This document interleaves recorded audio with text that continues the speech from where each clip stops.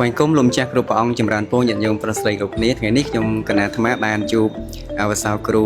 ស៊ូមកុសលដែលលោកជាព្រះអាចារ្យវិន័យ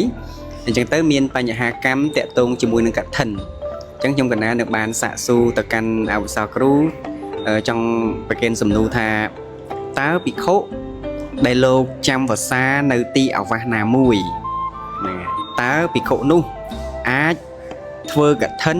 នាំកឋិនមកដាក់នៅក្នុងទីអាវាសរបស់ខ្លួនឯងដែលកំពុងចាំវស្សានឹងបានដែរឬទេតើបានដោយហេតុណាមិនបានដោយហេតុណាសូមអោសោគ្រូនិមន្តបកស្រាយដើម្បីបានជាការស្រាយចម្ងល់ទៀតណាសូមអរគុណកណានៅក្នុងសេចក្តីនេះខ្ញុំកណាសូមបែងចែកទៅជាពីរទី1បើភិក្ខុនោះធ្វើជាបដិកេហកៈអ្នកទទួលកឋិនពាក្យថាបដិកេហកៈប្រែថាអ្នកទទួលបើលោកចាំទទួលកឋិននៃចីវរលោកចាំភាសានៅវត្តនឹង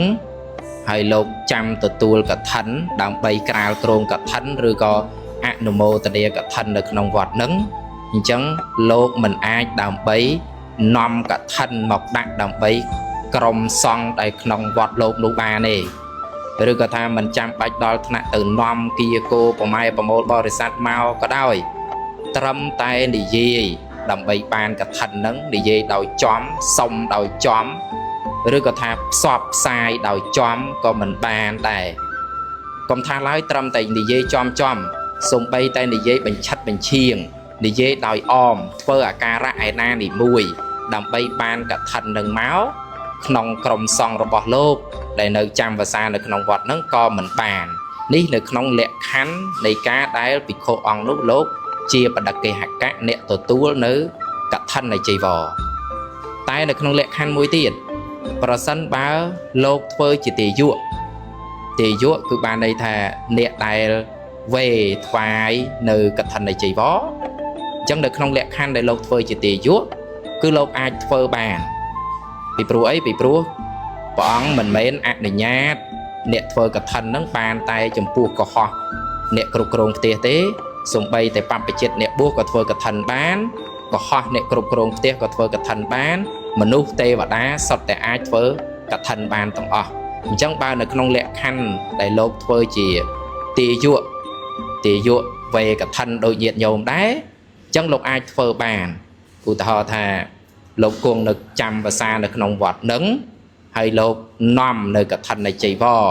វេថ្វាយដល់សង្ឃនៅក្នុងវត្តនឹងតែអ្វីដែលពិសេសគឺបានន័យថាលោកមិនអាចក្រាលគ្រងបានមិនអាចអនុមោទនាកឋិនបានបើក្រាលក៏មិនបានអនុមោទនាក៏មិនបានអានិសង្ឃកឋិន5ប្រការសម្រាប់លោកក៏មិនបានដែរនឹងបើសិនជាលោកធ្វើជាទាយុអញ្ចឹងយើងស្ដាប់ទៅវែកញែកពីនឹងដាច់ដライពីគ្នាទៅយើងអាចយល់បានងាយទេទី1ក្នុងលក្ខខណ្ឌជាបដិកេហកៈទី2ក្នុងលក្ខខណ្ឌជាទាយុបើលក្ខខណ្ឌជាទាយុ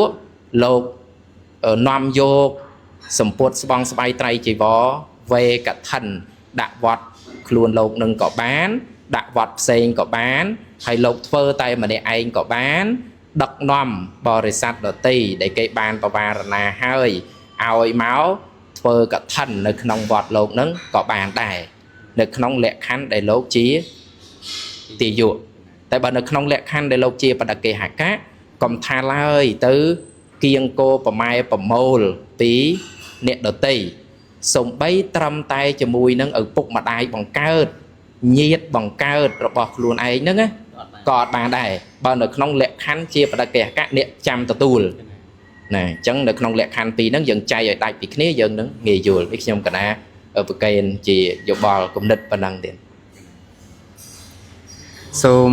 អរគុណច្រើនចំពោះអវសោគ្រូសូមកុសលដែលលោកបានបកស្រាយទៅគេសេចក្តីសង្ឃឹមថាពុទ្ធបរិស័ទបានយល់ជាក់ស្ដែងក៏សូមប្រកេនជម្រាបថាខ្ញុំកណាអាត្មាភាពឆ្នាំនេះក៏មានមតិពុទ្ធបរិស័ទខ្លះគាត់មានចម្ងល់ចឹងដែរគាត់ថាចុះលោកម្ចាស់ចាំវសាទីវត្តបឹងរាំងហ្នឹងមិនចាំបាច់លោកមិនបានលោកនាំកឋិនដាក់ចូលវត្តអញ្ចឹងជាការស្រ័យបំភ្លឺដោយខ្ញុំកណាមានទីអាងដោយអវសោគ្រូផ្ទាល់ផងហើយចង់ជម្រាបប្រាប់ពុទ្ធបរិស័ទទាំងអស់ដែលបានទស្សនានៅក្នុងវីដេអូនេះថាក្នុងឆ្នាំនេះខ្ញុំកណាអាត្មាបានប្រាប់ដល់ភិក្ខុផងគ្នាផង ហើយបានជំរាបប្រាប់ពុទ្ធបរិស័ទដែរថាក្នុងឆ្នាំនេះខ្ញុំកណាត់មកភាពធ្វើត្បិតតែចាំវសានៅទីអារាមវត្តបឹងរាំងមិនដាច់ក៏ពិតមែនប៉ុន្តែគឺក្នុងឆ្នាំនេះគឺសូមធ្វើជាទីយុដែលនាំនៅសម្ពុតកឋិននៃជ័យវោវេថ្វាយចំពោះព្រះសង្ឃហ្នឹងហើយអនុគ្រោះចំពោះព្រះសង្ឃដែលគង់ចាំព្រះវសានៅទីអារាមវត្តរាជារាំងសីយារាមផ្ទាល់តែម្ដងហើយខ្ញុំកណាត់អាត្មាមិនបានក្រាលក្រងឬមួយក៏អនុមោទនានៅអានិសង្ឃកឋិននឹងទេនេះសូមជម្រាបប្រាប់ពុទ្ធបរិស័ទឲ្យបានជ្រាបអញ្ចឹងដូចអវសោគ្រូបានជម្រាបឲ្យថានៅពេលណាដែលភិក្ខុរូបណាមួយលោកចាំវសាដោយមិនដាច់ក្នុងទីអាវាសណាហើយលោកមិនមានបំណងដើម្បីនឹងក្រាលក្រងមិនមានបំណងដើម្បីនឹងអនុមោទនានៅអានិសង្ឃកឋិននឹងទេអញ្ចឹងភិក្ខុនោះលោកអាចធ្វើកឋិននាំកឋិនដាក់ទីអាវាសរបស់ខ្លួនឯងផងនិងអាចនាំកឋិននៃជីវោទៅថ្វាយដល់ទីអាវាសវត្តដតីផងអញ្ចឹងសូមពុទ្ធបរិស័ទទាំងអស់បានជ្រាបជាព័ត៌មាននៅក្នុងដំណឹងនេះពោសូមអនុមោទនា